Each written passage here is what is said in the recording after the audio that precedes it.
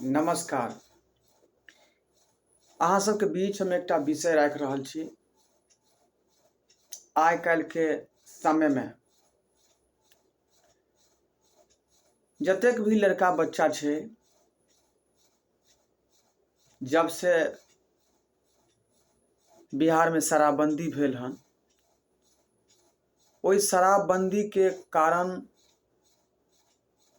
नीक नीक लड़का सब जे पढ़े वाला बच्चा है, लिखे वाला बच्चा है, वो गलत गलत आदत धऽ लेलखुन हन। जेना गांजा के, बीड़ी के, सिगरेट के, तंबाकू के, बैटनर के, जे रुमाल में डालि कऽ ओकरा सूंघै छै आ उ नशा यूज करै छै। एते तक कि जे अहाँ बुझियौ कि नस में नशा के सुइयो लोक लै छै। तरह तरह के बीमारी लोक अपने आप पैदा कऽ रहल छथुन। अब अहाँ सब कहियौ कि ओइ बच्चा के भविष्य की हेतै, जे बच्चा अखन ओहन तरह के नशा यूज कर रहल छै, वो आगे भविष्य में की करतथिन। अहीं सब कहू की करतै। रे कतेक पूजा पाठ करे के बाद,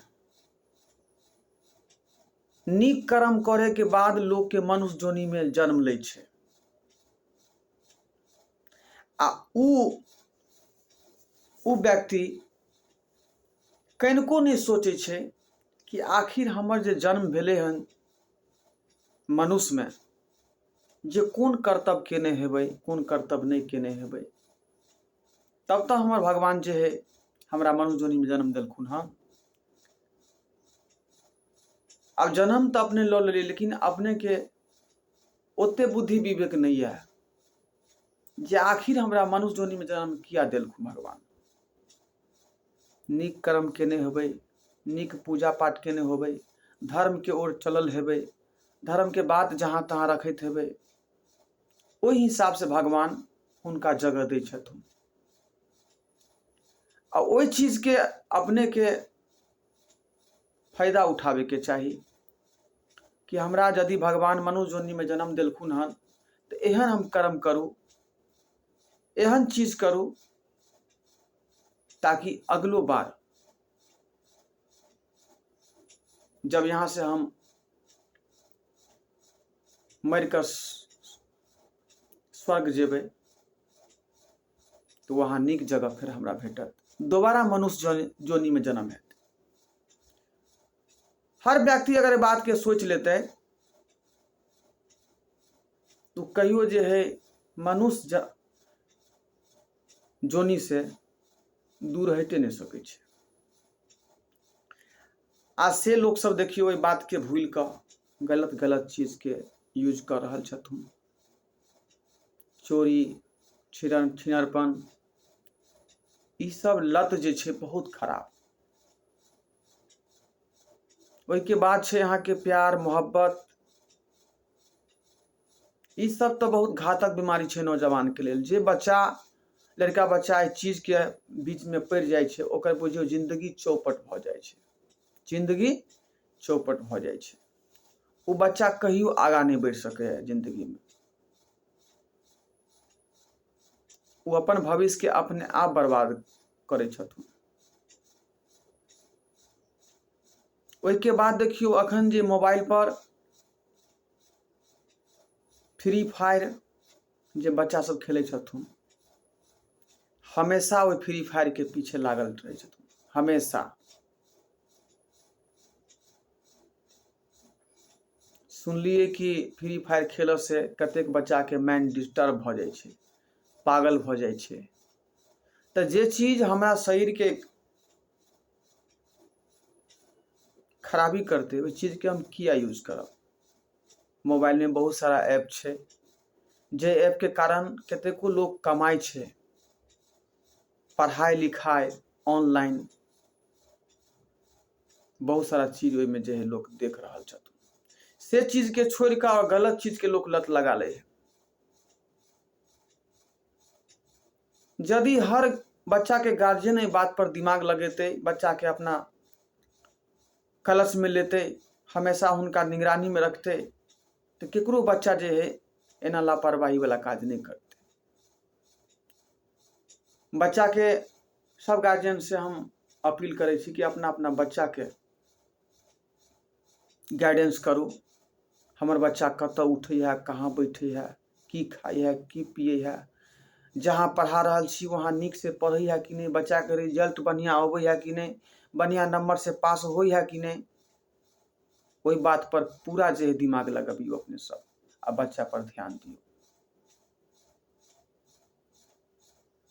कतौ देखे छी जे कोनो काज अगर गलत करे छे ते हल्ला आदमी अहाँ के जे उपराग दैया तो उल्टले अपने सब जे लड़े ला उठ जाय छी आ कहे छी कि हमरा बेटा के कहे वाला के। अब बुझियो अपने तो नहीं देखलिए, लेकिन दोसर आदमी जे सचेत कहे ला एलो हन ओकरो बात के अपने नहीं मनलिए आ लड़े ला उठ गेलिए। यह सब गलत के परिणाम छे, बुझलो कि नहीं। बच्चा के भविष्य बर्बादी की ओर जा रहा है। एमे गार्जियन अगर पूरा दिमाग लगेते, बच्चा पर गाइडेंस करते तो बच्चा संभल सकैया, ओकर भविष्य उज्जवल भ सकैया। लेकिन गार्जियन कते दिमाग से हटा कर बच्चा पर से ध्यान हटा दे छे, तो वह बच्चा के भविष्य बर्बाद हो जाए। मोबाइल में देखियो अपने सब कि मोबाइल एगो एहन चीज छे, सुनने होबे जब पहले बेर जे मोबाइल आयल रहे अपन देश में, तो सुनने होबे कि कर लो दुनिया मुट्ठी में। आ सही में दुनिया मुट्ठी में छे। मोबाइल में तेहन तेहन चीज छे कि अहाँ बैसल बैसल निक निक पढ़ाई कर सकै छी आ लोग सबके पढ़ा सकै छी। त काज एहन करू ताकि ओइसे 2 रुपया आ सके, 2 पैसा के उपार्जन भ सके। काज एहन नहीं करू जैसे अहाँ के घाटा हुए। कोई चीज खेल रहा छी, ओइ खेले खातिर जे है में नेट भरा पड़े छे, ओइ में पैसा लागे छे, वो पैसा कत्ता से एते सेहो तो विचार कम से कम करियो। कतेको लोग मोबाइल से कमा रहल छथुन, मोबाइल चलबै छथुन तो ओकर पूरा पूरा फायदा उठावे छे। आ जे आदमी गलत उपयोग कर रहल छे उ की जानते के बारे में। तरह तरह के ऐप छे, जेना Facebook, WhatsApp, Instagram, YouTube. Facebook वाला जे कंपनी छे, कितने बड़का कंपनी छे, वो कमा रहल छे अपन दिमाग से, अपन दिमाग के इस्तेमाल क के रुपया कमा रहल छे। अपने सब की कर रहल छी, चला रहल छी, देख रहल छी, चीटिंग कर रहल छी, मैसेंजर पर बात कर रहल छी। फायदा केकरा भ रहल छे? फेसबुक वाला के।